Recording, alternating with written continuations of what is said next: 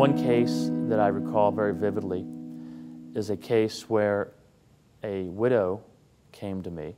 I knew her from a friendship, but I knew she and her husband.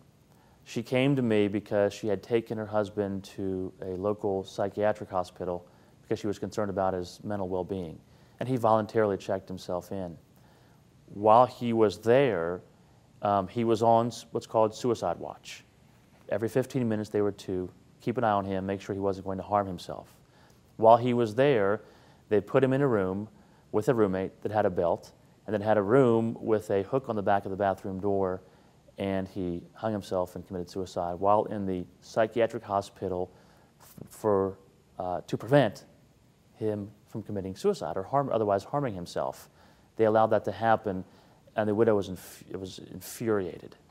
She came to me and asked what I could do to help, and we looked into the claim, and we pursued the claim against the psychiatric hospital because they do have an obligation, if they're going to hold themselves out to providing care to people, and in this case, mental health care, then they've got an obligation to make sure that those patients are in a safe environment.